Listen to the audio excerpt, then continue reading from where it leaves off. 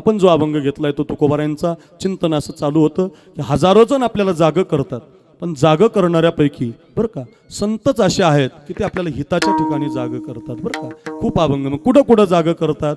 धन दारा पुत्रजन बंधू सोयरे पिशूण या गोष्टीसाठी जागं केलंय, धनासाठी जागं केलंय गुरुजी. आता धनावर बोलायचं म्हटलं की जो बोलणार आहे तोच ठरून आलेला असतो, त्यामुळे आता धनावर कुणी बोलायचं हा मोठा प्रश्नच आहे. पण म्हणजे धन घेऊ नये असं नाही बरं का, किंवा धन देऊ नये असं पण नाही. धनानं संत श्रीमंत आहेत, फार श्रीमंत आहेत. आमचे नाथ महाराज भिकारी जर भीक मागायला गेला तर सोन्याच्या ताटात त्याला जेवण वाढायचे. कधी आळंदीला गेला तर त्यांची शिवलेदाजी आळंदीहून आलेत. आमची बहीण आहे सुप्रियाताई, हे आप्पा महाराजांना ही माझ्या कनेक्टमध्ये आलेली सगळी मंडळी आप्पा महाराजावर खूप प्रेम करतात. जीवाचा जीवलग झालेला आहे तो या सगळ्यांचा. आणि सगळी मंडळी पुण्यावरनं आलेली आहे. आपण आळंदीवरनं आलात, आपण आळंदीला जातो, माऊलीच्या समाधीचं दर्शन घेतो. मग माऊलीच्या समाधी मंदिराच्या गाभाऱ्यामध्ये प्रकाश बाबा जर आपण कधी बारीक निरीक्षण केलं तर माऊलीच्या समाधीच्या आधी जो गाभारा आहे काशीनाथ बाबा, त्या गाभाऱ्यामध्ये उजव्या हाताला संगमरवरी दगडावरती कोरून लिहिलंय की या मंदिराच्या गाभाऱ्याचं बांधकाम जगद्गुरू तुकाराम महाराजांच्या स्वखर्चातून झालेलं आहे. मग तुकाराम महाराज जर एकटे माऊलीच्या मंदिराचा गाभारा बांधतात, ते गरीब थोडी आहेत, गरीब नाहीच आहेत महाराज, गरीब नाहीचे संत गरीब नाही आहेत. त्रिभुवानी आम्ही वैभवाचे धनी, आम्ही वैभवाचे आम्ही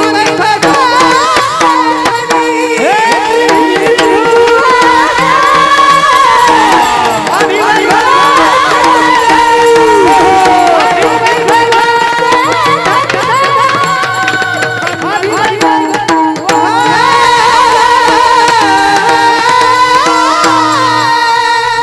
महाराज काय प्रमाणे ती त्रिभुवनी आम्ही वैभवाचे धनी, किती प्रमाण सांगता येतील. सकल संता माझी राजा स्वामी एकनाथ माझा. म्हणजे संत श्रीमंत आहेत, धनासाठी जागं करतात. म्हणजे काय जागं करतात तर कुणाचं धन घेता इथं जागं करतात, आणि कुणाला धन देतात माऊली महाराज इथं जागं करतात. कुणाचं धन घेऊ नये, जोडून या धन उत्तम व्यवहारी उदास विचारे वेच करी. दोनही कथा सांगतो मी तुम्हाला. कुणाचं धन घेऊ नये. आळंदीला 102-103 वर्षापूर्वी स्वानंद सुखनिवासी सद्गुरू जोग महाराजांनी वारकरी शिक्षण संस्था काढली. हे धोतर नेहरू टोपी, हे कीर्तन परंपरा, माळी काय कुणबी काय मातंग काय धनगर काय मराठा काय ब्राह्मण काय मुसलमान काय मातंग कोणत्याही समाजाचा त्याला कीर्तन करता यावं, पखवाज गायन हे विद्यार्थ्यांना धडे द्यावेत, यासाठी जोग महाराजांनी वारकरी शिक्षण संस्था काढली. त्या संस्थेचा मी 2006-07चा विद्यार्थी आहे. विष्णू महाराज आमचे माझ्या पाठाचे आम्ही इथं बसलेलो आहोत. आम्ही जोग महाराजांच्या संस्थेत असताना आम्हाला सांगितलं जायचं, महाराजांनी ज्यावेळेला संस्था काढली त्यावेळेला आपल्या बीड जिल्ह्यातले पहिले त्यांचे शिष्य, आपल्या सगळ्यावरती ज्यांची कृपा, गुरुनाम गुरु बंकट स्वामी महाराज बरं का, आपल्या बीड जिल्ह्यातले पहिले शिष्य. आज या अर्ध्या धुमाळीतल्या ज्या 8 मात्रेतल्या चाली आपण म्हणतो, ही चालीच तयार करण्याचं काम स्वामी महाराजांनी केलेलं आहे. वारकरी चाली, काकड्याच्या चाली ज्या आहेत त्या बीड जिल्ह्यातून संदीप शेठ तयार झालेले आहेत. तुम्ही जे चाली ऐकतो ना आपण काकड्याच्या, ह्या आमच्या बीड जिल्ह्याचे निकनूर नावाचं निनगुर नावाचं गाव आहे खाली, आणि त्या निनगुरला स्वामी महाराजांचं गाव.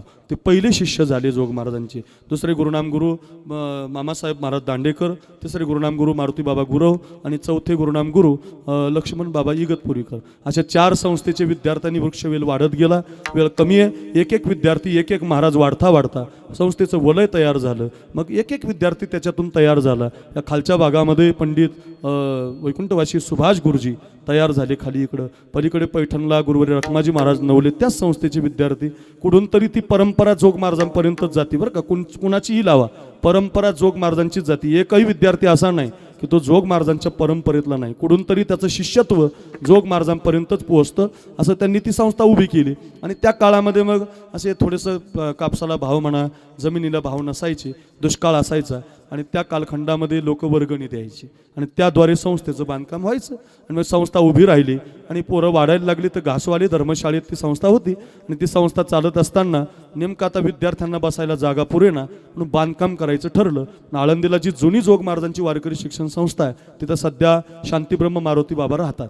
कधी गेले तर दर्शन करून या. त्या जुन्या जोग महाराज वारकरी शिक्षण संस्थेचं बांधकाम सुरू केलं तर त्या काळात दुष्काळ पडल्यामुळं पैसे मिळेनात, ते बांधकाम पूर्ण व्हायना, विद्यार्थ्यांना बसायला जागा पुरेना.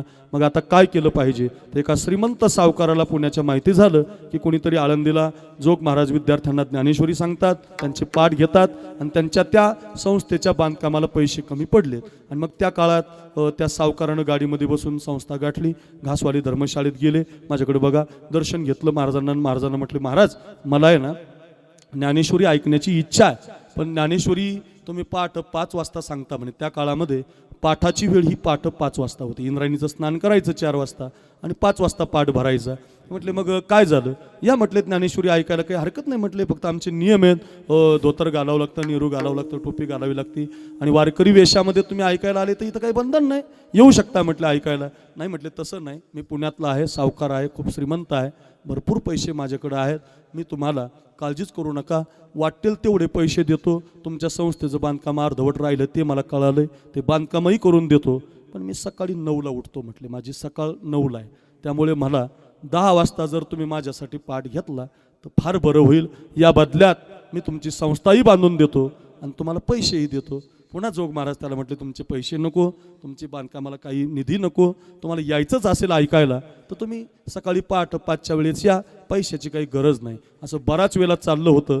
बोलता बोलता अचानक सावकार गुरुजी म्हटले जोग महाराजांना, महाराज पैसे देणारा, बांधकाम करून देणारा तुम्हाला परत भेटायचा नाही.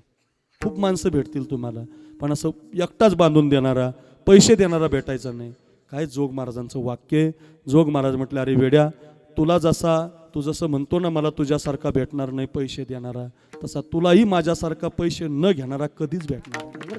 त्यामुळे ना तुझे पैसे नको, तो निघून गेला. पुढचं ऐका आता, हे इथपर्यंतची कथा माहिती आहे तुम्हाला, पुढचं ऐका. ते निघून गेले आणि ते निघून गेल्यावर पाठामध्ये बसलेल्या विद्यार्थ्यांनी जसं गुरुजींना एखादा बोल विचारावा, गुरुजी आता माझं तिरकीट तक्ता असं पळतंय बुवा, दातुंगा असा वाचतोय बुवा, मग गुरुजींनी त्याला समजून सांगावं. तसं बसलेल्या पाठातल्या विद्यार्थ्यांनी जोग महाराजांना विचारलं, गुरुवर्य आपल्या संस्थेचं बांधकाम तर राहिलंय, त्याला तर गरज आहे पैशाची, बांधकामाला पैसे तर लागत होते, त्याची गरज असताना तुम्ही ते का घेतले नाही? आपलं बांधकाम होऊन गेलं असतं. काय उत्तर दिलंय जोग महाराजांनी ऐका. जोग महाराज म्हटले, काय तो जो आला होता ना सावकार, मी पैलवान होतो म्हटले, कुस्ती करायचो, तर कुस्ती करताना माझा एकदा त्याच्या घरी मुक्काम पडला होता त्याच्या वडिलाकडं, आणि त्याच्या बापानं त्यानं जे कमवलेलं धन आहे ते 2 नंबरचं धन आहे, कुणाच्या तरी डोक्यात टोप्या घालून कमवलेलं आहे, आणि ते धन जर कदाचित मी माझ्या संस्थेच्या बांधकामाला घेतलं तर माझी संस्था 10-20 वर्ष टिकायची नाही, मला चंद्रसूर्य असेपर्यंत संस्था टिकवायची, त्यामुळे या पैशाचा उपयोग मला नाही. कशासाठी सांगितली कथा? कोण देतं इथं जागं राहा. कोणी फसवत तर नाही ना, कोणी नावासाठी तर देत नाही ना, कोणी तुमचा वापर तर करत नाही ना. पुन्हा ऐका, जागं कुठं राहायचं? कोण देतंय, कुणाचं घेताय, जागं राहा. आता एक ऐका, कुणाला देता इथं पण जागं राहा, लगेच कुणालाही देऊ नका. लोक पाहतच नाही, गोशाळा आहे का बघत जा त्याची, तिथं जात जा. चांगलं असे गुरुजींकडे टाका ना पोरं, कुठं पोरं टाकी, त्याला पखवाज वाईट येत नाही त्याच्याकडे 100 पोरं, कसं चालेल? असं नाही जमणार ना. ज्याला गायन येत नाही त्याच्याकडे तुमचे पोरं टाकू. इथं पोरांचे मायबाप बसलेत म्हणून सांगतोय. पुन्हा ऐका, हे कुणाकडे तुमचे पोरं टाकू नका. आणि मग पोरं तयार नाही झाले की तुम्ही दोष देतात, तसं नाही. ते तुमचा पोरगा जगदाळे गुरुजीकडे आणा. एकदा गुरुजी मला म्हटले, महाराज एखाद्याला जर पखवाज वाजवता येत नसेल तर त्याला पहिल्या दिवशी सांगतो मी, तुला जमणार नाही, जाऊ दे घरी. पहिला माणूस आहे महाराष्ट्रातला असं सांगणार, नाही तर येऊ द्या येऊ द्या येऊ द्या, कशाला येऊ द्या, नको म्हणणारी माणसं पाहिजेत. का? त्याला येतंय का बघा, आणि जरा शोध घेत जा त्याची गोशाळा आहे का. मग तुम्ही फसतात आणि सगळ्यांना नाव ठेवतात, असं नाही चालणार. देताना जागं राहिलं पाहिजे. ते पठाडे महाराज होऊन गेले वारकरी संप्रदायात, ते म्हणायचे पंढरपूरच्या वाळवंटात ते भिकारी बसलेले असतात बघा, हात कोणाचा इथून इथून कोणाचा गेलेला, आंधळे पांगळे, आणि ते सारखं म्हणतात दिग्विजय महाराज चाट दे बरं का.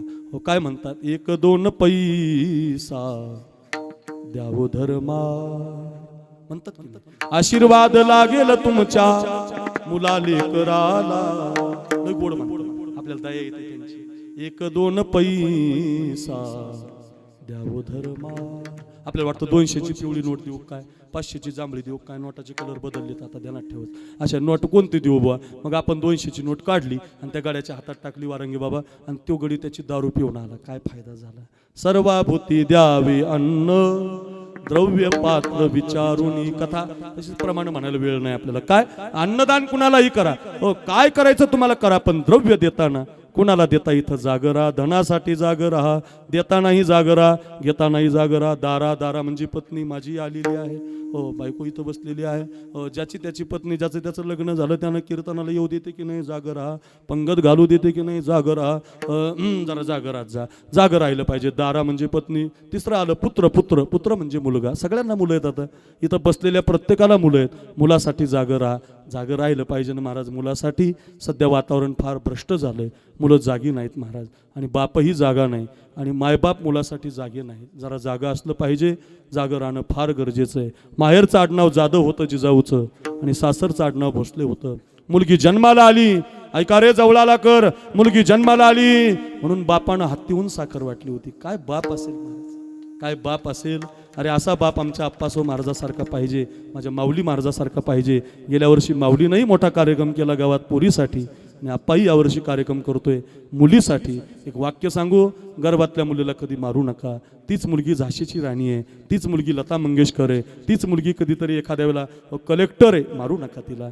गर्भात मुलगी जन्माला आली, जिजाऊ नाव ठेवलं तिचं. वेळ कमी आहे, ऐका फार सुंदर कीर्तन आहे, शिकण्यासाठी सांगतोय रे. कोणत्या आई पुत्रासाठी जागी आहे, कोणत्या आईनं म्हणावं. इथं शिवचरित्र सांगणारे माऊली बसलेत, गणेश बाबा बसलेत, आमचे विष्णू महाराज बसलेत. हे सगळे पंडित गुरुजी, केशव गुरुजी जगदाळेकर तयार झालेली मुलं आहेत. उभ्या महाराष्ट्रात कुणाच्या चाली, कुणाचा आवाज, कुणाचा इतिहास दमदमून टाकलाय, सगळा घुमलाय महाराष्ट्र.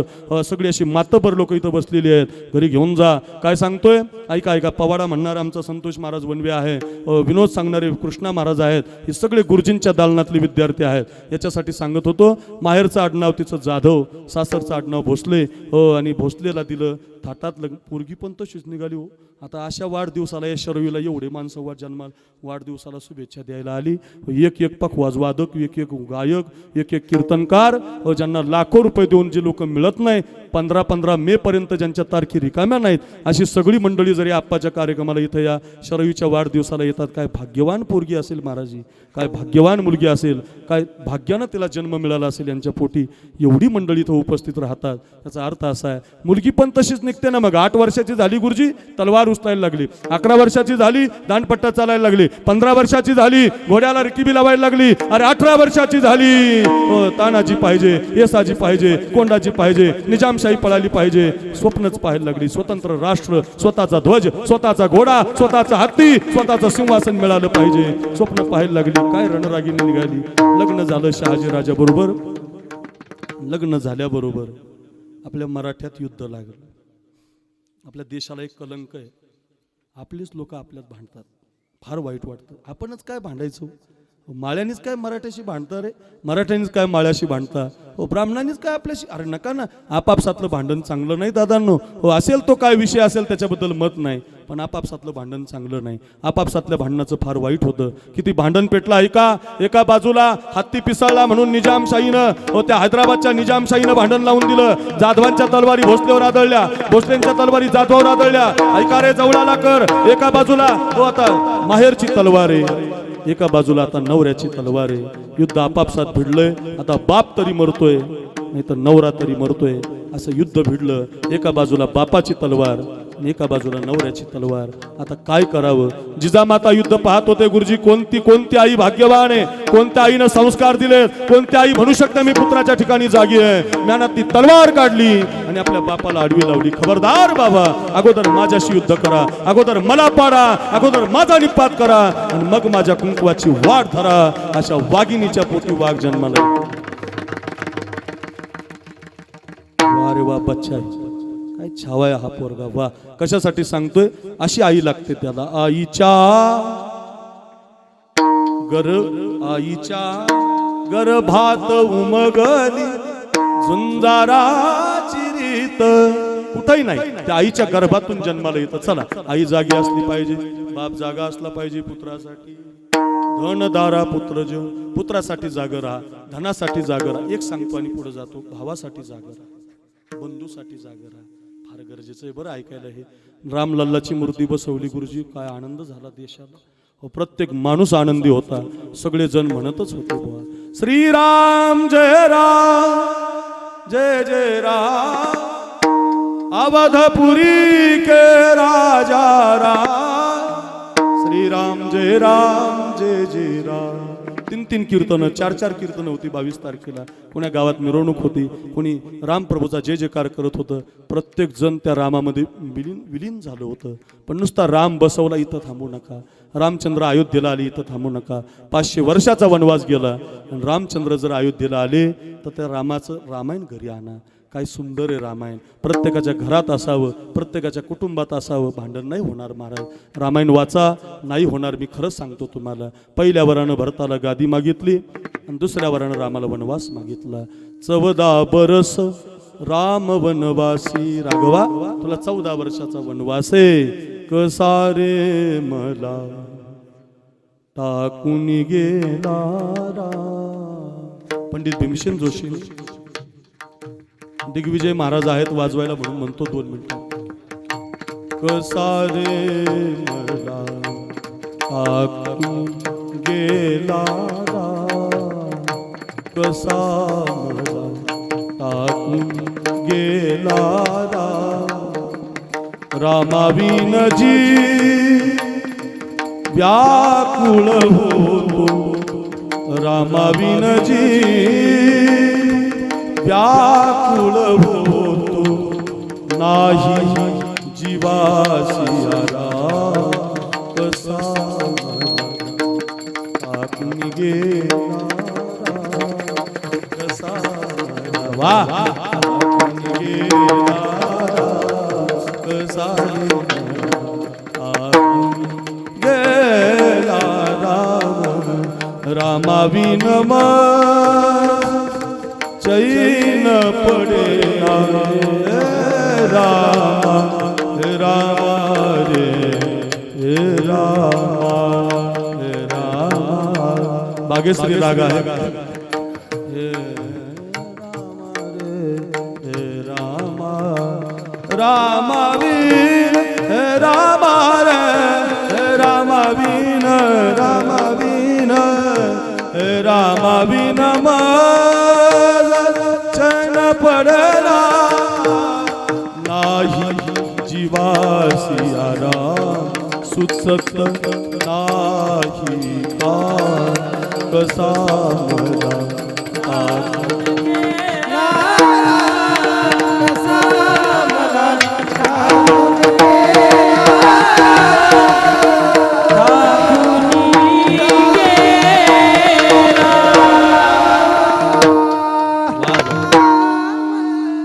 रामप्रभू निघून गेले माझ्याकडे बघा.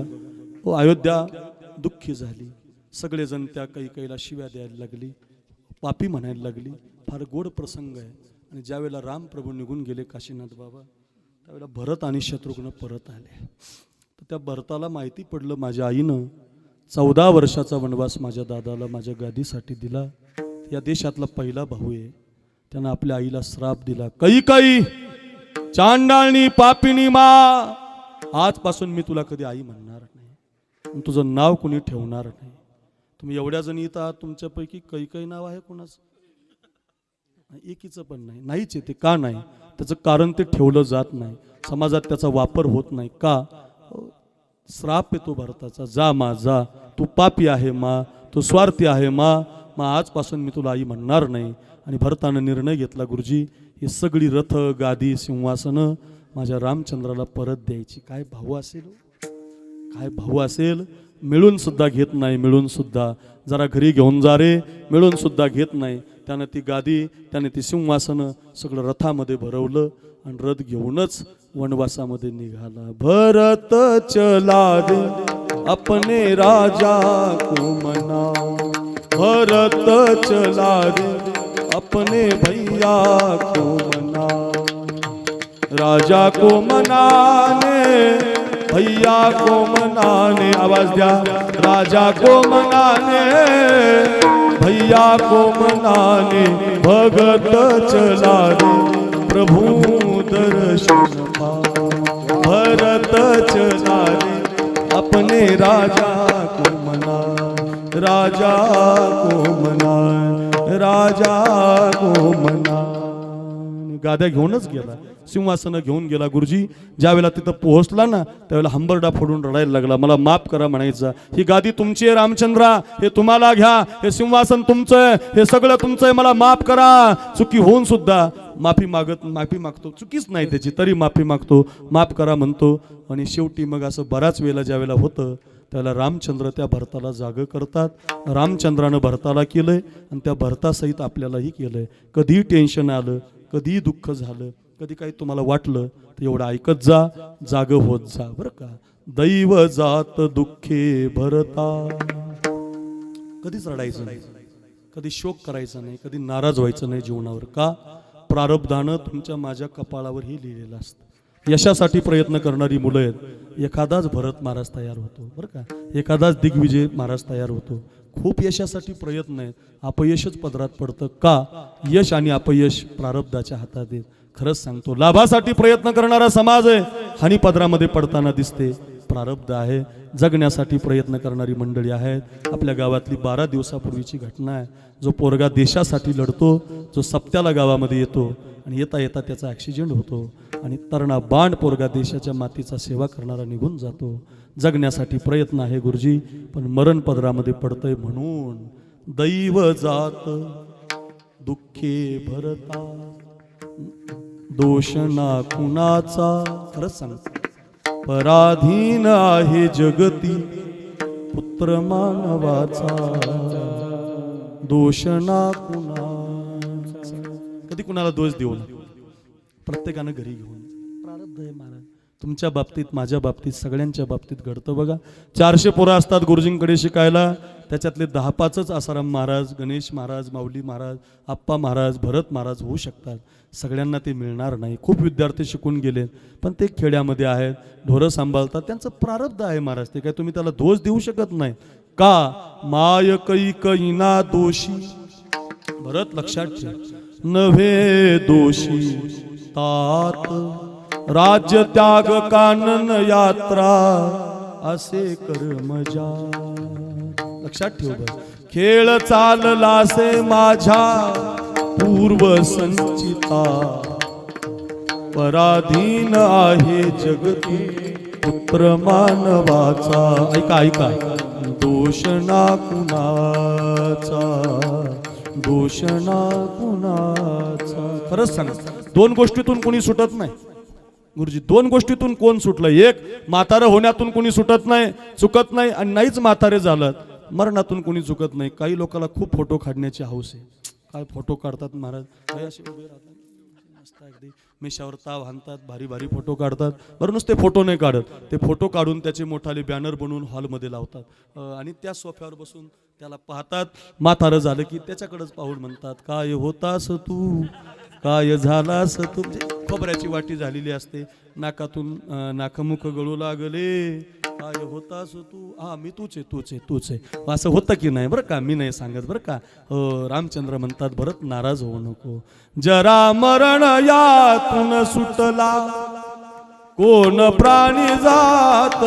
भरत लक्षात ठेव, नाही म्हातारं झाला तर मरणातून कोणी चुकत नाही. नाहीच तुम्हाला मरण आलं तर तुम्ही म्हातारं होणारे, ते तुमचं लय पावणारे, क्षयाला जाणारे. फार गोडे. जरा मरण यातून सुटला कोण प्राणी जात, दुःख मुक्त जगला कार कुणी जीवनात. काय शोक करीसी वेड्या स्वप्नीच्या फळाचा, पराधीन आहे जगती पुत्र मानवाचा, दोष ना कुणाचा, दोष ना कुणाचा. एखादं वणकं राहतं आमच्या गोदावरीतून गेवराई मार्गे वाहत वाहत वाहत वाहत निघत राहतं. फार गोड आहे. वा, असं वाहत वाहत ते वणकं वाहतं गोदावरीतून. एखादं आमच्या संदीप शेठ, आमच्या नानी पुण्याहून आल्यात, आमच्या बहिणी बसलेल्या आहेत, तिकडून एखादं भीमा नदीतून, कृष्णा नदीतून, त्या उजनी धरणातून वाहत वाहत येतं आणि तिकडचं एक वणकं आणि इकडचं मराठवाड्यातलं एक वणकं, याची सागरात भेट होते. भरत इकडचं वणकं त्याला म्हणतं, फार लांबून आलास का रे, कोणत्या गावचा आहेस रे. म्हटले, मी इकडचा आहे रे, पश्चिम महाराष्ट्रातला. तू कुठला आहेस रे? मराठवाड्यातला आहे. गप्पा चालू असताना अचानक एक लाट येते बघ भरत. दोन्हीच्या गप्पा मारता मारताच अचानक 2 बोंड त्याची होते सागरात भेट. प्रेमाची होते सागरात भेट एक लाट तोडी दोघा पुन्हा नाही गाठ क्षणिक देवी आहे बाळा मेळ माणसाचा पराधीन आहे जगती पुत्र मानवाचा दूषणा गुणाचा दूषणा गुणाचा दूषणा गुणाचा. रडू नकोस रडू नको जोरात वाजा जरा जोरात वाजवायची असेल तर जोरात ऐका ऐका का रडू नकोस भरत जा अयोध्येत हो तू राजा रंक मी बनीचा 14 वर्ष तू राजगादी सांभाळ 14 वर्ष मी वनवासी आहे हे तुझ्या प्रारब्धात माझ्या प्रारब्धात लिहिलेलं आहे जागा हो भावानं भावाला जागा केलेली ही कथा आहे त्याला म्हणतात भावासाठी जागरण धनासाठी जोग महाराजांची सांगितली आईसाठी तुम्हाला जिजाऊ सांगत होतो जिजाऊ लढली हो म्हणजे आई मुलासाठी जागं राहिलं पाहिजे धनासाठी जागं राहिलं पाहिजे पुत्रासाठी जागं राहिलं महाराज 9 वाजून गेले तुमची वेळ संपली असं जागं राहिल्यावर काय मिळतं महाराज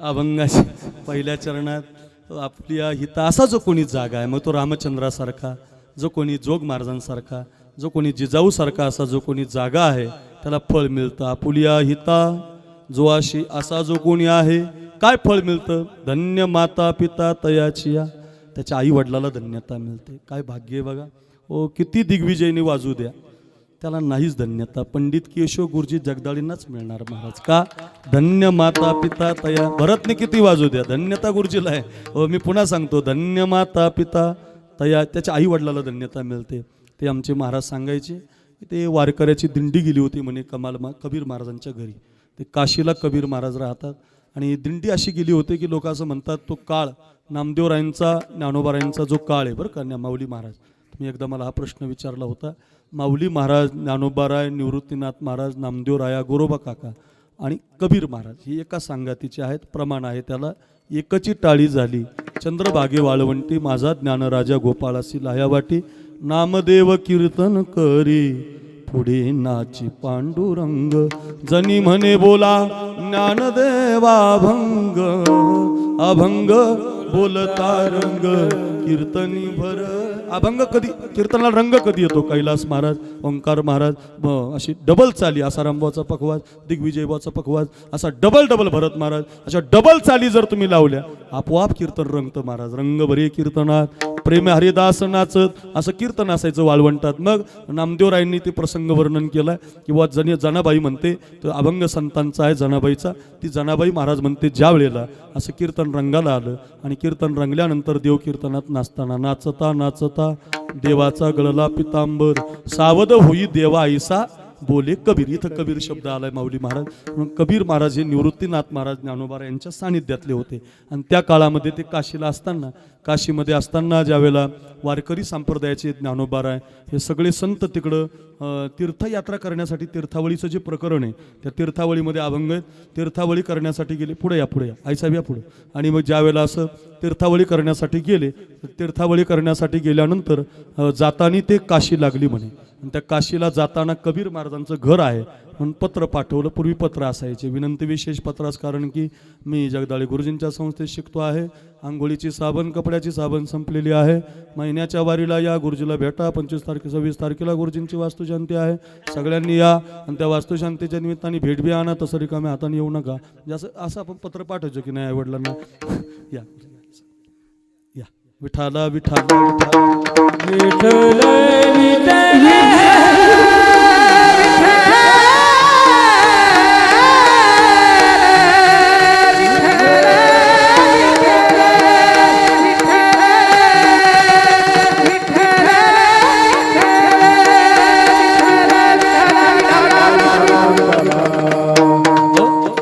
एखाद्या चांगल्या पुरुषाला आणि एखाद्या चांगल्या महंताला मोठं संस्थान निर्माण करता यायचं नाही.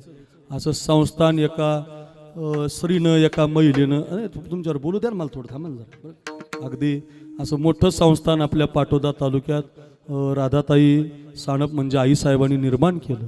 आणि मीराबाईच्या संस्थानला महाराष्ट्रभर गाजवलं. काय संस्थाने, मी आईसाहेबांकडे कीर्तनाला आलतो, गुरुजींनी कीर्तन वाजवलं होतं. एखाद्या चांगल्या माणसाला जमणार नाही बघा. हो, असं मोठं संस्थान आमच्या जवळ पाटोद्याला मीराईच्या नावानं जे आहे त्याच्या संस्थापक अध्यक्षा महाराष्ट्रातल्या लोकप्रिय महिला कीर्तनकार आमच्या सगळ्यांना, आप्पा महाराज असतील, माऊली महाराज असतील, वनवे महाराज असतील, या सगळ्यांना आईसारखं प्रेम करणारे आमच्या राधा आईसाहेब या ठिकाणी उपस्थित झाल्यात. आईसाहेबांना वंदन. आमचे बांगर काकू आहेत ज्यांच्या संस्थेमध्ये, शाळेमध्ये आमची पोरं शिकतात. माझे आमदार, मोठं काम त्यांनी केलेलं आहे. काकूंनाही माझं वंदन आणि आईसाहेबांनाही वंदन करतो. विषय असा आहे, दिंडी ज्यावेळेला गेली होती, संत गेले होते, तर पत्र लिहिलं होतं, कबीर महाराज आम्ही वारकरी तुमच्या घरी येत आहोत. कशी धन्यता मिळते, एकच उदाहरण एवढं. आणि ज्यावेळेला ते पत्रामध्ये मजकूर वाचला आणि कबीर महाराज रडायला लागले. याच्यासाठी रडायला लागले, घरामध्ये धान्य नव्हतं बरं का. वैष्णवा घरी सर्व का सदा धन धनती काळ, सदा धन धनती काळ. कन्या भाकरीचे खान, कन्या भाकरीचे खान, सदा राम नाम गाणे. वैष्णवा घरी सर्व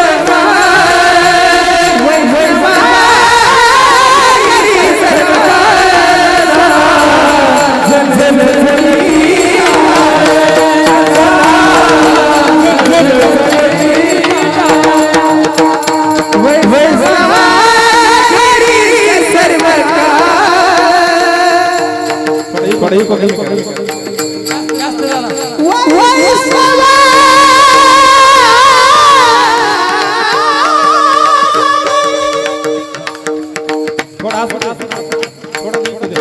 पूर्ण कमी नको.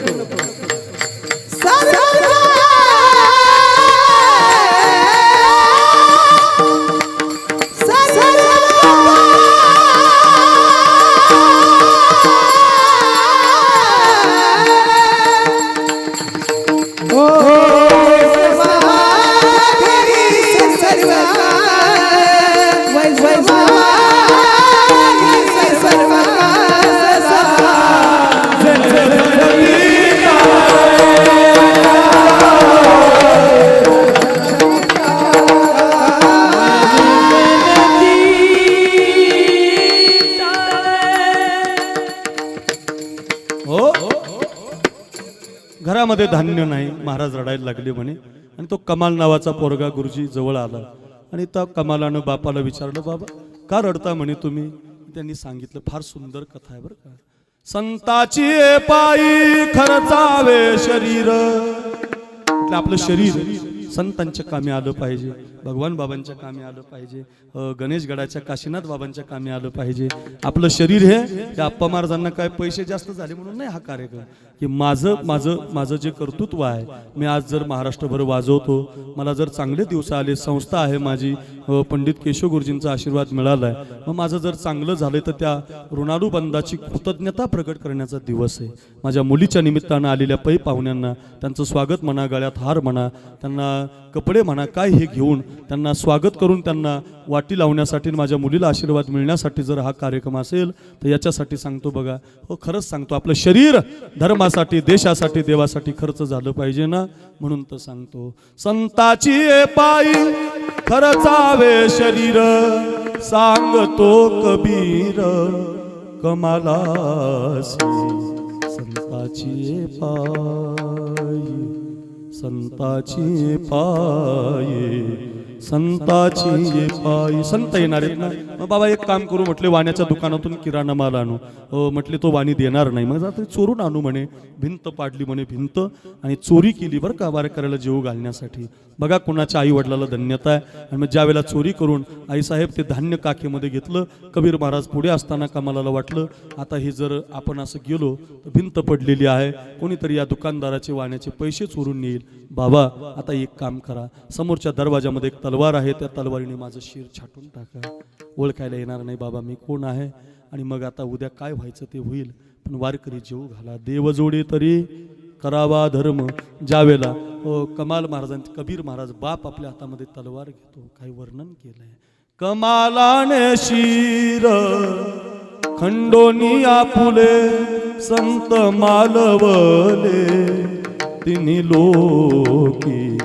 कमालाने शिर, तलवार काढली म्हणतात, शिर छाटलं गेलं. शिर घेऊन, धान्य घेऊन महाराज घरी गेले, धान्य शिजवलं गेलं, वारकरी जेवले.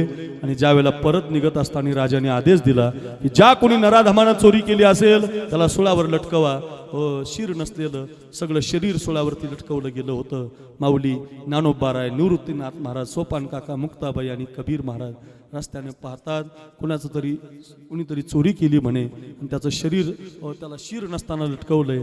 जसे माऊली जवळ आले ना आई साहेब, तसं ते कमाल महाराजांचे हात आपोआप असे वर येतात म्हणे. आणि त्या सोळाला बांधलेल्या शरीरानं संतांना असा नमस्कार केलाय. घ्या माझा नमस्कार, घ्या माझा नमस्कार. नामा म्हणे त्यांचा जन्म सफल झाला, वंश उद्धरीला कबीराचा कमालाने शिर. बापाचा विचार आहे, वारकरी जेवले पाहिजे. पोरगा म्हणतो माझा प्राण गेला तरी चालेल, वारकरी जेव घालणार, वारकऱ्याच्या जेवणासाठी प्राण देतात, हे त्यांचं हित आहे. पण त्यांना धन्यता नाही. धन्य माता पिता तयाची. अशा माता पित्याच्या पोटी कुळी कन्या पुत्र होती, जे सात्विक अशी मुलगी जन्माला येते, ती शरयू नावाची अशी कन्या जन्म. आणि अगोदर कन्या येते बरं. खरंच सांगतो, कन्येला सांभाळा. आमच्या आईसाहेब कीर्तनात सांगतात की नाही, कन्येला सांभाळलं पाहिजे. मी परवा दिवशीच क्लिप ऐकली, मी याच्यासाठी सांगतो, कन्येला सांभाळलं पाहिजे, मुलीला सांभाळलं पाहिजे. ती झाशीची राणी होते, ती अहिल्यादेवी होते, ती जिजाऊ होते, ती भगतसिंहाची आई होते. म्हणून आता कुळी कन्या अशी कन्या जन्माला आली व ती आमच्या आप्पांच्या पोटी जन्माला आली. मायबापाचे कष्ट, त्यांच्या वडिलांनी आईने केले, सोसलेलं ते अगदी त्यांनी गरिबीतून सोसलेली त्यांची प्रपंचाची कहाणी. त्यांच्या पोटी आप्पा महाराज जन्माला आले. गुरुजींकडे पकवास शिकायला गेले.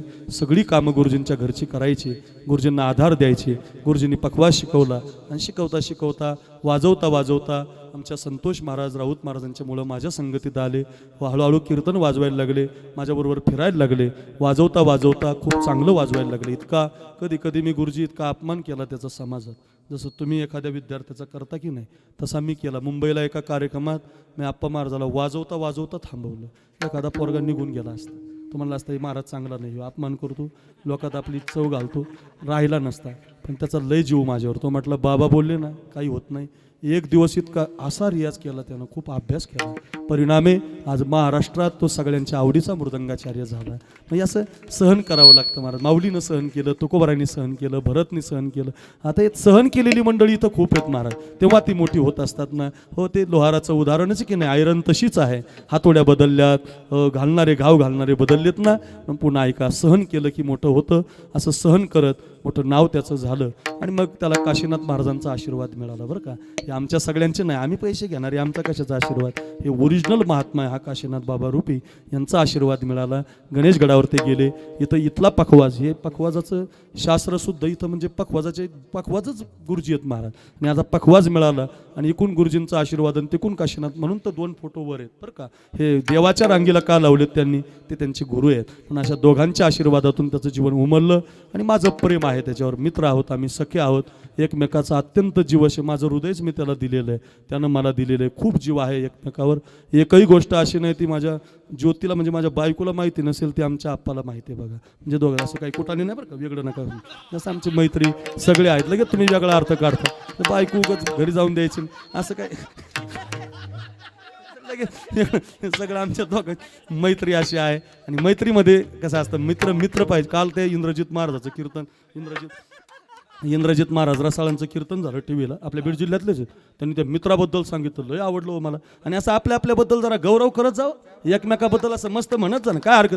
तुमच्याटपणा कमून एकमेकावर जळत आहेत, काय कळत नाही. जळायचं नाही महाराज. मस्त आहे आमचे प्रकाश महाराज आहेत, 10-5 महाराज असू द्या, गाडीत घेऊन जाणार, गडी सोडणार त्याला तिथं फाट्यावर सोडणार, नेऊन आवशाहून परत येणार तुळजापूरला, कुणी राहिलं तर. अशीच जरा करा जगा महाराज. काही नाही, हे उद्या मेलं तर कुणी ध्यानात ठेवीत नाही महाराज, कोणाच्या ध्यानात नाही. बघा आपल्यातले माणसं गेलेत महाराज, तर पुण्यतिथीला सुद्धा लोक नाहीत महाराज. आपलं जीवन जर इथं चांगलं चाललंय सगळ्यांच्या आशीर्वादातून, तर आपण एकमेकाला मोठं म्हणलं पाहिजे, सांभाळलं पाहिजे, प्रेम दिलं पाहिजे. आणि प्रेमानं सगळं काही होतं महाराज. मातब्बर मंडळी इथं बसलेली आहेत. जगदाळे गुरुसारखा व्यक्तिमत्व आणायचं म्हटलं तर सोपं आहे का महाराज ते, पण ते प्रेमानं येतात, तुमच्या श्रद्धेनं येतात. आज ही सगळी मंडळी, आप्पा महाराजांचे आई वडील खूप पुण्यवान आहेत. दोघा बापूंना आईंना माझं हृदयाचे ठोके कमी पडायचे त्याच्या आईचं ऑपरेशन केलं महाराज. असा पोरगा पाहिजे बघा. आईचं ऑपरेशन केलं, मी हॉस्पिटलला गेलो होतो ना भेटायला, माझ्या गळ्यात पडून आप्पा रडला. मला म्हटलं आई वाचली. म्हटलं काही होणार नाही आईला, काळजीच करू नको तू. टकाटक झाली त्याची आई, आम्हाला सांभाळायला लागली. आता सगळ्या साड्या बिड्या मागाची ठेवत होती जपून, अगदी मस्त हुशार.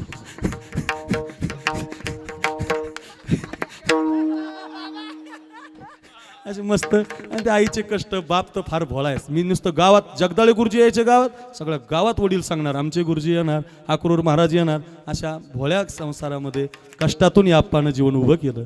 आणि असा हा समाज आज यात आमच्या नानी इथं बसल्यात. हे संदीप शेठ सामान्य व्यक्तिमत्व नाहीत महाराजी, पुण्यातली माणसं आहेत, जोग महाराजांच्या परंपरेतली आहेत. सदानंद गुरुजी सारख्यांची कीर्तनं, सातारकर महाराजांच्या मठाला देणगी देणारी मंडळी, तिथून ही मंडळी आली महाराज. हे काय पैशाची नाही, ही फक्त प्रेमाने जोडलेली आहेत. फक्त माझं हृदय त्यांना दिलंय. त्यांच्यामध्ये माझी कथा होती पुण्याला, आप्पा महाराज कथा संपली तरी मी आग्रह करून 2 दिवस थांबले.